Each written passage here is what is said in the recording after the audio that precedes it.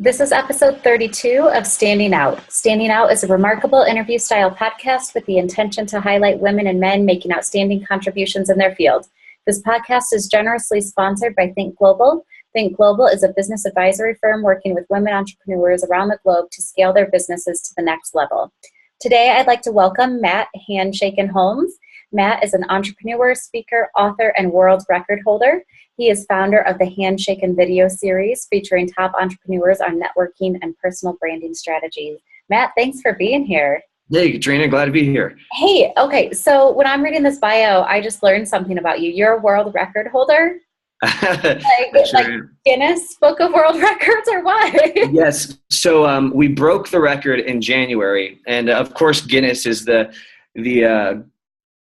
place that you want to get approved in, and they're actually not in the US, so we sent out all the evidence. Most world records are broken nowadays where you submit evidence. So we had to video record the entire world record, which we can talk about, and then send all that off. And it took us several months to gather all the evidence, then send it. And then we'll be hearing back from Guinness hopefully within the next 4 to 8 weeks. It's a long process. Wait, so what record? So it was about this. Yeah, it's the record for the world's longest handshake. And okay. Which between two people. So it's only myself and one other person. We can only use one hand. We can't switch off. And although we do get breaks we get 5-minute breaks to use the bathroom. Otherwise, the record would probably be at 8 or 10 hours, not 46. And that was probably the most grueling thing I've pushed my body through recently, was just being awake 50 hours in the same location, shaking hands with the same person. The hands cannot stop moving either. So it's you and one other person the whole time. You don't just go through the line shaking different. Yes, correct. There's the world's longest handshake chain, which is a different record.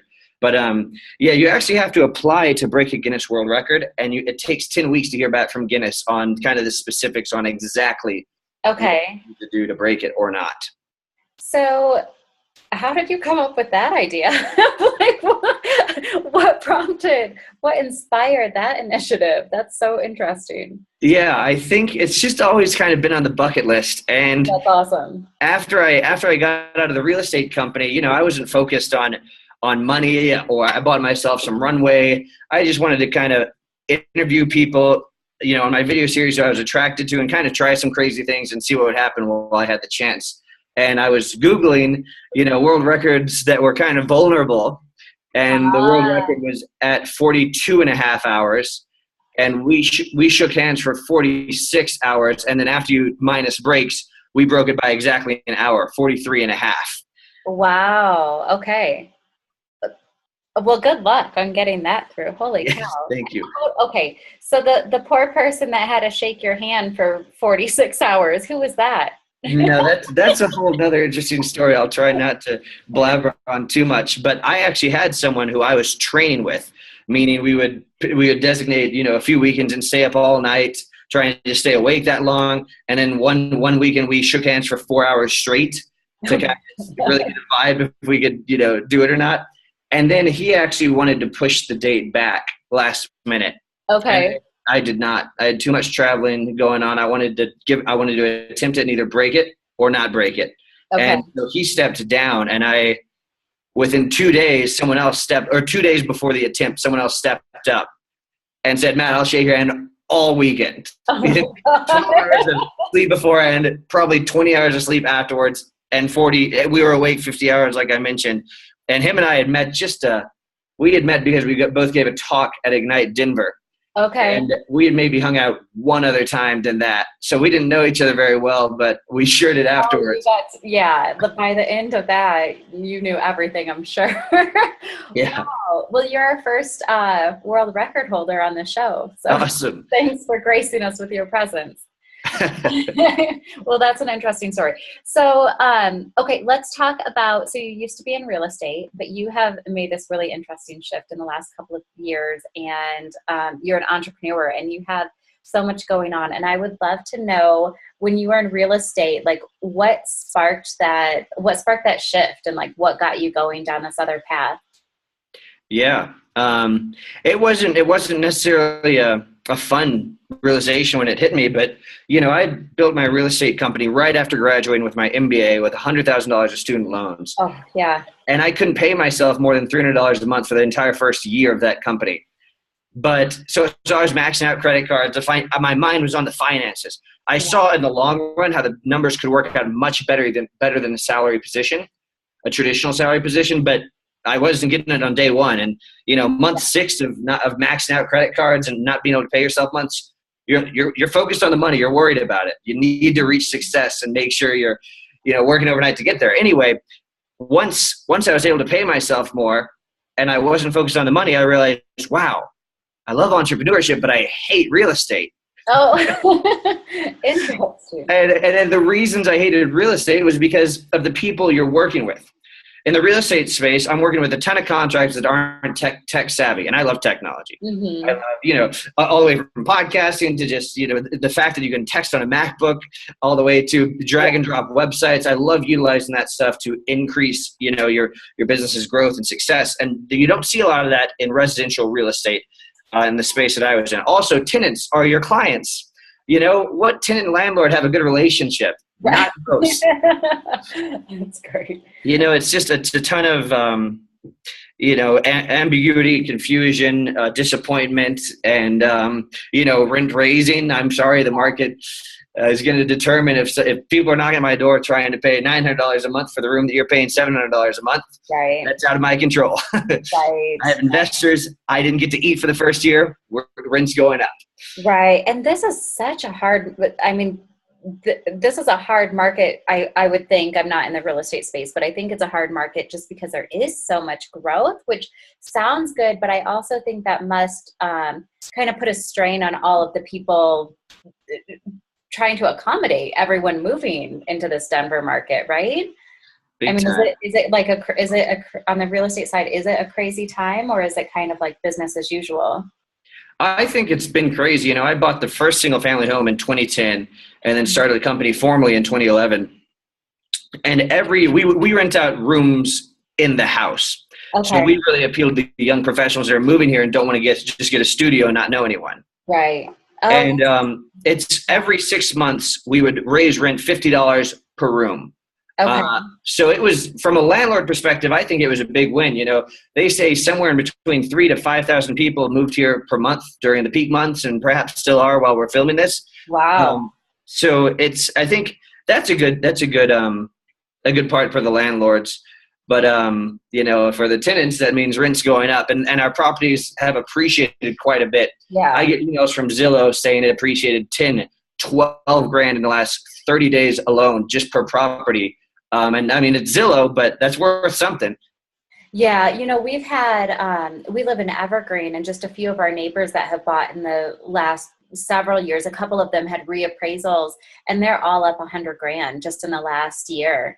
Wow. Like it's crazy how the value is fluctuating. So when you were in that position, you were feeling like, hey, I really like entrepreneurship. I don't really like real estate. What was the next step to get you? Well, because your first project as an entrepreneur, other than the real estate project, was this video Handshakin series, right? No, the Handshakin Video Series came after the real estate company. Got it. Okay. So how did that shift happen? But you're kind of right in the fact that I was always kind of gravitating towards technology entrepreneurs and online entrepreneurs. You know, even before the video series, you're right, I was still talking to people that were kind of in that space when I was not fixing a broken door, or asking the contractor why the carpet still has stains in it when they just cleaned it.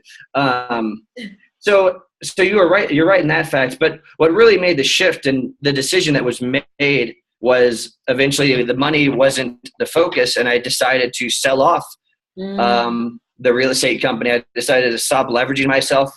I decided to stop growing it, and I sold it off and bought myself some runway, and didn't really know what product I was going to sell next or what service, but I did know what space I wanted to be in, and I knew exactly what I wanted to learn more about. So then that's exactly where I launched the Handshakin Video Series, and now we've had billionaires, members of Congress, venture capitalists, and loads of technology entrepreneurs. Now we're all friends, and awesome. I'm much happy with who I'm working for. So of course, we did sponsorships, kind of like you have the sponsorship on your podcast here, but I didn't find that as a way to quickly as I'm looking for. I think I went through a lot to really find what I'm passionate about. And now that I've found it, I really am in a hurry to grow fast and influence and help a lot of people network better. So I want to talk about that point, because I think other people can relate. And that is awesome that you kind of bought yourself that runway, because I think a lot of entrepreneurs feel even more strain when they don't have sort of that cushion, so to speak. And I don't know how large yours was or how long it lasted or anything. So maybe you have it too. But what I would say is, and I know I've certainly been in that place many, many times too. But what I want to talk about is when you are in that place of not knowing what your next thing is, like, what have you done to really find that? Because I know now you are so very clear on it and moving in that direction. So like, what were some things that kind of helped clarify that message for you? Yeah. Just like I'd argue today, networking is the number one spot where entrepreneurs should start. Yeah. If you're not sure what's next, ask to interview someone you look up to about their success. Mm-hmm. 9 times out of 10, they're going to sit down with you and you're going to pull a gem from that conversation. Yeah. Isn't that interesting too? And what I find in sort of with this podcast and just networking in general for our own company, I feel like by being out there and meeting people, you hear about so many more opportunities that you didn't even know existed or that weren't on your radar. Or, you find partners that you didn't even mean to find, you know what I mean? Like, it really, as connected as the world is right now, I think there's a lot to be said for just networking, whether that's in person or online, but meeting people and asking questions. Yeah, I couldn't agree more. If we were sitting down in person, I'd want to describe kind of different communities with my hands here, but I know this is just an audio recording. But if you think about the first community you were in as, say, a high school student, and then when you go to college, that's a whole different thing. If for those of your listeners who have gone on to graduate school, they know there's another community there. After you graduate, there's lots of other different communities: finance, healthcare, technology, startups, corporations. And you kind of go down different paths with your career.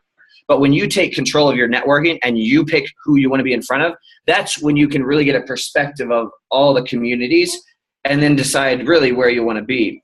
And that's really important as an aspiring entrepreneur, because if you don't pick the right market fit, if you pick something you're not passionate about, your energy is going to burn out. Yeah. And you need to pick something that you're doing in your sleep and in your free time and something you love to death. But yes, it's really hard to figure out what that is and how to monetize it. So, but I definitely recommend starting with networking to find your passion. No, and that is so true. I had actually a mentor of mine gave me advice a long time ago, and that was build your network before you need it. And that has been an incredible resource. I can't think of a better word. I think I'd describe it as a resource, but knowing that other people who are connected, they know you, there may be a point where some opportunity comes up where it's, good to have a conversation, but I think that's an important message to get across too. Yeah. Wow. That's a good one. That makes me want to get that printed up and frame it here in our new office that we're chatting in. Use that. That's build your network before you need it. That's a good one. Make it a meme, like whatever you want. You got it. It's yours. Well, okay. So can you fill people in on what you're doing right now with technology, or do we have to keep it hush hush? No, we can chat about it. I'm an open book. Okay. All right. Well, I didn't know if there was any NDA. I don't know. Of course. Fill us in. I mean, the scariest part to share is that I'm still kind of figuring out some of the service, Right. We interviewed people for about 12 months, and now I have just a handful of paying clients who are giving us feedback on a new service we've launched. This new service helps others network better by building their online brand. So what we're doing is we're creating a website, or mainly as a landing page, and creating content for personal brands. So we'd make katrinasblog.com, and then we'd write you blog posts, and we'd help you create video content. And most of our clients they're either hosting the Handshakin Interview Series, which I love, but also some of them are doing recent updates, like what's new in their business, and then publishing that video. Or we can do something a little bit more animated, like a how-to video to describe your product. And we're getting this done for just $100 a month, including the website, hosting, a short blog post or video each month. And that's our basic version. We kind of have a pro version that we're kind of brainstorming and researching right now, where we distribute the content for you. So this is really a way to grow your mailing list online by leveraging your personal brand. So we would take these blog posts that we created for our clients, and we could go on websites like core.com to answer questions to brand them as the expert. So what do you think why is personal branding so important? I think it's so important because nowadays, there's two main reasons. Nowadays in America, any entrepreneur can hire a virtual assistant for $1 an hour. For $1 an hour? I mean, or $5 an hour. Regardless, it's less than the minimum wage around here. So if you don't, find your niche and make it easily discoverable, if you don't have visibility and credibility online, you're going to not have an easy career because others aren't going to know what value you provide. Also, for the founders that are a little further along, personal branding is also very important for you guys out there, because as we get more and more push notifications in 2016 while we're recording this podcast, you and I, Katrina, we don't want to hear from the corporations. We don't want to see a logo. No. We want to see a face and a name that we have at least emailed back with a few times, so we know who they are and we know what they're interested in, that we know that what they're trying to do is something they're passionate about. That's who we want to work with. We don't want to work with Comcast. Trust me, they just installed the internet here. I hated it. It was an awful experience. There's no accountability, and I'm going to try not to go ramble off about that. But personally, no soapbox here. No, I totally know what you mean, and I think you're absolutely right. I would so much rather do business with a person and a face than someone I kind of know a little bit or could get to know than a logo and a canned message. That goes a long way. So I love the personal branding piece. As we kind of come to a close here, I would love to know, what is something that's on your radar that you think in about a year from now will be a hot topic or a trend that we're all talking about? Oh, that's a good one. I wrote a blog post about some hot trends that were coming out for 2016. I'll have to get back to you on the ones for 2017. What's coming true? But I think some of the things that are going to change, obviously, they all have to do with technology. If you go in and look at Google Analytics right now, you still have to kind of go in and search for what you're looking for. Yeah. And I feel like more technologies out there, hopefully Google included, will make it easier to kind of present the most pressing knowledge. Technology is always a nice organization of communities or information that kind of is smart. And the smarter it gets, the more valuable it is. And I think we'll be seeing more active dashboards and passive dashboards that you have to manipulate, if that makes sense. Yeah, no, that does. I love, I like you love technology, and I love it even more when it kind of thinks for you, like where it brings up the most relevant info. So that's awesome. We'll keep our eyes peeled for more on that. Matt, thanks for being here. I appreciate it. Yeah, it's been a blast. Thank you for having me. And for all the listeners out there, appreciate your time. You can find me at Handshakin on Twitter or Snapchat. I know there's a lot of content out there. Really appreciate you tuning in. Sounds good. Thanks, Matt. Bye-bye.